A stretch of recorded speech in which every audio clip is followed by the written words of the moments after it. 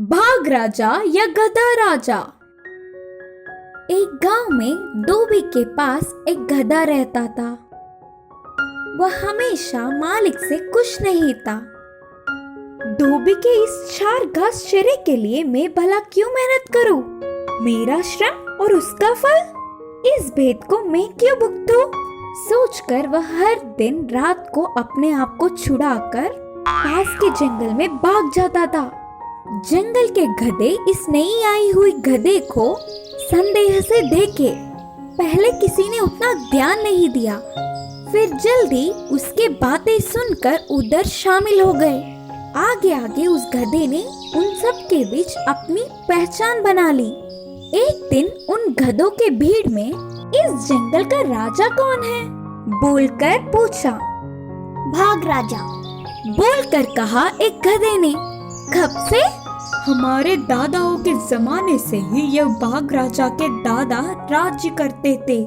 फिर इनके पिता का अधिकार चला और अब उनके बाद ये भाग राजा राज्य कर रहे हैं। यह कितना घोर और सरासर धोखा है। कुछ सोचो, हमेशा भाग जात ही राज्य करेगा तो फिर बाकी के जानवरों को राज्य पालन करने का मौका कैसे मिलेगा? इस बार हमारे जात को ही राज्य अधिकार का मौका मिलना चाहिए। उसकी बातों से सारे गधे सोच में पड़ गए। आखिर में वही बूढ़ा गधे ने पूछा, तुम्हारे बात सुनने के लिए तो ठीक है, लेकिन राज्य पालन करने का हमें सामर्थ्य होना चाहिए ना। यह बात सुनते ही वह नई गधा जोर से चिल्लाकर पीछे के पैर से जमीन पर लात मारी। हमारे भलों को हम ही कम समझ रहे हैं। हम बुद्धि में और बल में किसी से कम नहीं, लेकिन हम बस थोड़ा धीरज रखते हैं। उतना क्यों, मुझे एक बार अधिकार देने को कहो। इस भाग राजा से अच्छा राज्य पालन करूंगा। सारे गधों ने मानते हुए सिर हिलाया। अपने नए नायक गधा राजा की जय जयकार करते हुए नारे बोलने लगे। अगले दिन सारे गधे भाग राजा के पास आए। सब गधों को एक ही बार देखने पर मंत्री लोमड़ी भाग जाता था। क्या बात है? बोलकर भाग राजा गरजने लगे। गरजने पर वे सब डर गए, पर फिर भी कुछ बाहर नहीं दिखाए। गधा राजा, हमारे आने की वजह भाग राजा से कहो। सारे गधों ने कहा। भाग राजा को तो वह सब देख के बहुत ही मजेदार लग रहा था। हवा के झोंके से कोई उड़ पाता है क्या? राज्य का मुकुट सच में कांटों से भरी होती है। उसकी आशा सबको होती है, पर अधिकार का योग्य ना होने पर वह मूर्खता होगी। ऐसे क्यों बोल रहे हो भाग राजा? हमें एक बार अवसर तो दो। हम उसके योग्य है या नहीं आपको ही समझ में आ जाएगा। बोलते हुए गधे राजा ने बहुत ही देर से भाषण देने लगे। बाघ राजा को पानी सर से ऊपर तक पहुंच चुका था। गधा राजा अकेला आया होता तो अब तक एक ही पंजा में मारकर कहीं दूर पहुंचा देता। अच्छा ठीक है, आज से इस जंगल के राजा तुम हो। इस जंगल की 1000 आंखों से हिफाजत करो। सारे गधे विजय नारे लगाते हुए वापस चल पड़े। गधा राजा को शुभकामनाएं देकर खुशी मनाए। ऐसे कुछ दिन जंगल के राजा के होदे में गधे ने सारे भोगों का अनुभव किया।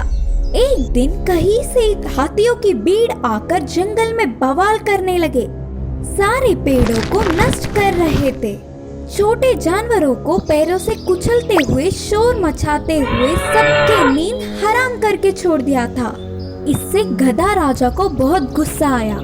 अपने सिपाहियों को चौकन्ना किया। एक ही बार सारे हाथियों पर दंड किया, लेकिन हाथियां उनसे नहीं डरे। वे सारे पलट के वार करने लगे। अपनी सूंड से बहुत दूर धक्का देने लगे। इससे बहुत सारे गधे डर के भाग गए। गधा राजा के बातों से डट के एक हाथी का सामना किया तो उसे गुस्सा आकर गधा राजा को अपनी सूंड से उठाकर कहीं दूर फेंक दिया। तो बस गधे का कमर टूटने ही वाला था। एक क्षण की भी देर ना करते हुए तेजी से बाघ के पास दौड़ता हुआ पहुंचा। बाघ राजा, मेरी बुद्धि ठिकाने लग गई। हम गधे, हमारा वजन उठाने का काम पर्याप्त है। आप बाघ है, आपको ही सबके राजा होने का अधिकार है। अब चलिए, देर करने पर हमारा जंगल नष्ट हो जाएगा, बोलकर हाथियों के बारे में बताया। गधा अपनी गलती जानने पर बाघ राजा हाथियों के भीड़ के पास आकर जोर से गरजा। बस एक ही गरज से सारे हाथी उल्टे पैर वापस लौट गए। इस कहानी की शिक्षा है कि जिसका काम है उसी को करना चाहिए। शेर के साथ शिकार। एक बार एक बहुत बड़ा जंगल हुआ करता था। उस जंगल के जानवरों को बहुत दिन से खाना नहीं मिल रहा था। वो कई दिन तक उपवास रखने लगे। सारा जंगल घूमते थे, पर उन्हें कुछ खाने नहीं मिलता था। पता नहीं ये गर्मियाँ आती ही क्यों है। जैसे ही गर्मियों का मौसम शुरू होता है, हमें कुछ भी खाने नहीं मिलता। हाँ, सच में मुझे भी अच्छा भोजन करके लगभग 1 महीना हो गया है। अगर ऐसा ही चलता रहा, हम ज्यादा दिन तक जिंदा नहीं रह पाएंगे। तीनों ने मिलकर सोचा कि अब वो शेर के पास जाकर उससे ही मदद मांगेंगे। कुछ देर बाद वो अपनी परेशानी शेर को सुनाने लगे और उन्होंने सलाह दी कि वो शेर के साथ मिलकर शिकार पर जाएंगे। शेर को उनकी सलाह ठीक लगी। अगले दिन वो सब मिलकर एक साथ शिकार पर गए। बहुत देर तक वो अपना शिकार ढूंढने लगे। कुछ देर बाद उन्हें एक बड़ा भैंसा चारा चरता हुआ नजर आया। उन लोगों को उससे देखकर बहुत खुशी हुई। शेर को भी उस पर शिकार करना था। भैंसे को देखकर सबके मुंह में पानी आ गया और शेर ने लोमड़ी और भेड़िए को कुछ इशारा किया। जैसे ही शेर का इशारा मिला, दोनों भैंसे की ओर कूद पड़े। भैंसा आगे बढ़ गया और वो दोनों टकरा गए। बहुत देर तक उन्होंने उसका पीछा किया। कुछ देर बाद भालू भी सामने आकर खड़ा हो गया। उन तीनों के बीच में बेचारा भैंसा फंस गया। तभी शेर ने उस पर हमला किया और उसे मार दिया। भैंसे को मारा हुआ देखकर सब उसके पास आए और बहुत खुश हुए। लोमड़ी ने उस भैंसे के 4 बराबर हिस्से किए, पर राजा उस हिस्से से खुश नहीं था। उसने दहाड़ा और कहा, दोस्तों, इतनी जल्दबाजी भी अच्छी नहीं होती। पहले मेरी एक बात तो सुनो। तभी तीनों शेर की बात सुनने के लिए इंतजार कर रहे थे। शेर ने कहा, मैं इस जंगल का राजा हूँ, इसलिए पहला हिस्सा मेरा है और इस शिकार को मैंने ही मारा है, इसलिए दूसरा हिस्सा अभी मेरा है। तीसरा हिस्सा मैं अपने बच्चों के लिए ले जाऊंगा और चौथा हिस्सा तुम में से किसी एक का होगा। ये सुनकर तीनों लड़ने लगे। तब शेर ने कहा, रुको रुको, लेकिन इसमें एक शर्त है।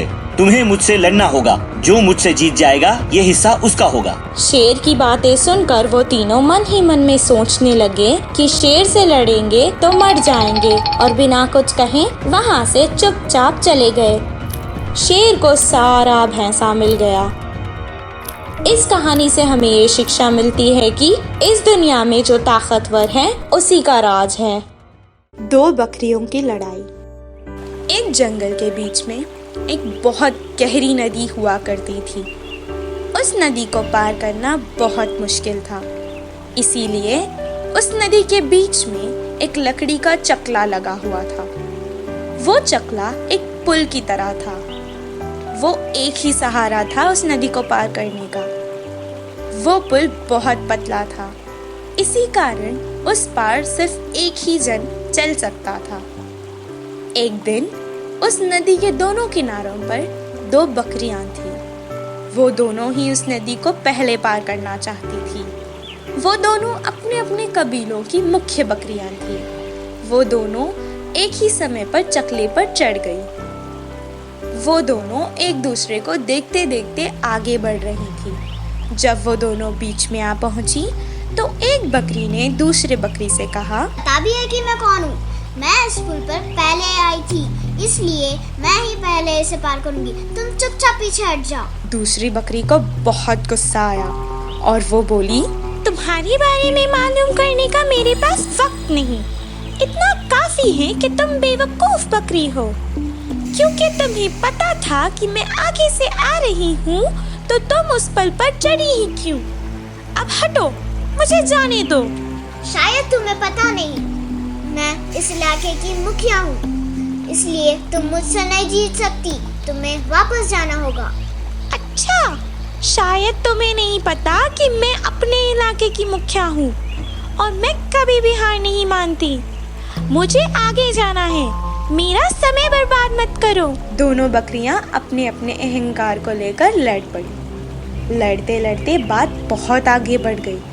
जब बातों से कुछ हल नहीं मिला तो पहली बकरी ने दूसरी बकरी को अपने सींग से धक्का देने की कोशिश की। दूसरी बकरी को बहुत गुस्सा आया, उसने भी अपने सींग से वार किया।